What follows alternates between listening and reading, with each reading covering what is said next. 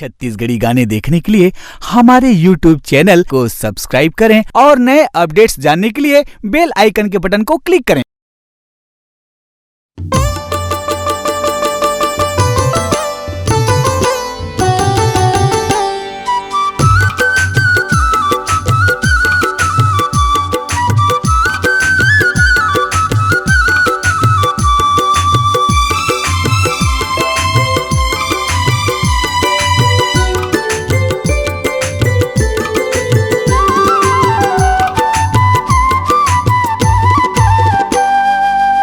जग जननी वो दाई सबके महतारी, चारों दिशा हवै महिमा तोर न्यारी।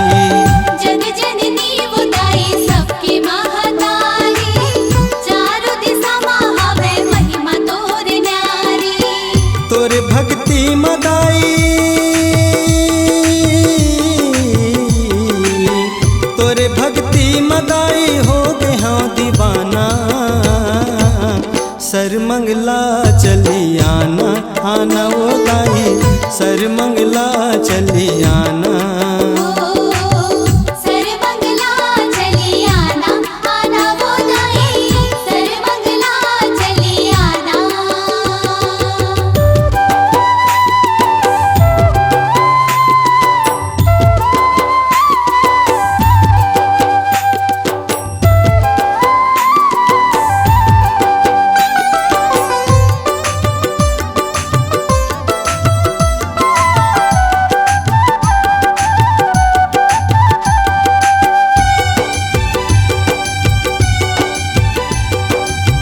नदिया के तीर बसे हवै मोर दाई, ठंडी ठंडी पवन चले चले पूरवाई। ओ ठंडी ठंडी पवन चले चले पूरवाई।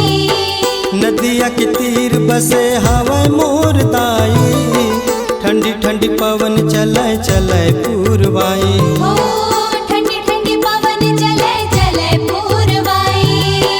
तोर कृपा से दाई, तोर कृपा से दाई गावत हूँ ये गाना। सर मंगला चली आना, आना वो दाई सर मंगला चली आना। सर मंगला चली आना, आना वो दाई सर मंगला चली आना।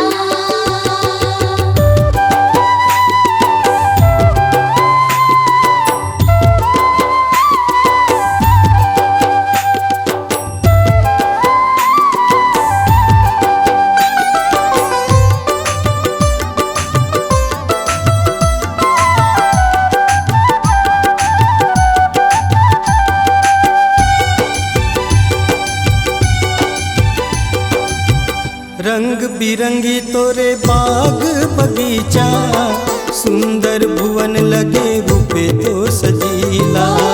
सुंदर भुवन लगे रूपे तोर सजीला। रंग बिरंगी तोरे बाग बगीचा, सुंदर भुवन लगे रूपे तो सजीला। सुंदर भुवन लगे रूपे तोर सजीला। बढ़ तोर शोभा दाई, बढ़े तोर शोभा दाई ऐसे तोर ठिकाना। सर मंगला चली आना, आना वो दाई सर मंगला चली आना। सर मंगला चली आना, आना वो दाई सर मंगला चली आना। जग जननी वो दाई सबके महतारी, चारों दिशा हवै महिमा तोर न्यारी। जग जननी वो दाई सबके महतारी, चारों दिशा हवै महिमा तोर न्यारी। तोरे भक्ति मदाई, तोरे भक्ति मदाई हो गए हाँ दीवाना। सर मंगला चली आना, आना वो दाई सर मंगला चली आना। सर मंगला चली आना, आना वो दाई सर मंगला चली आना।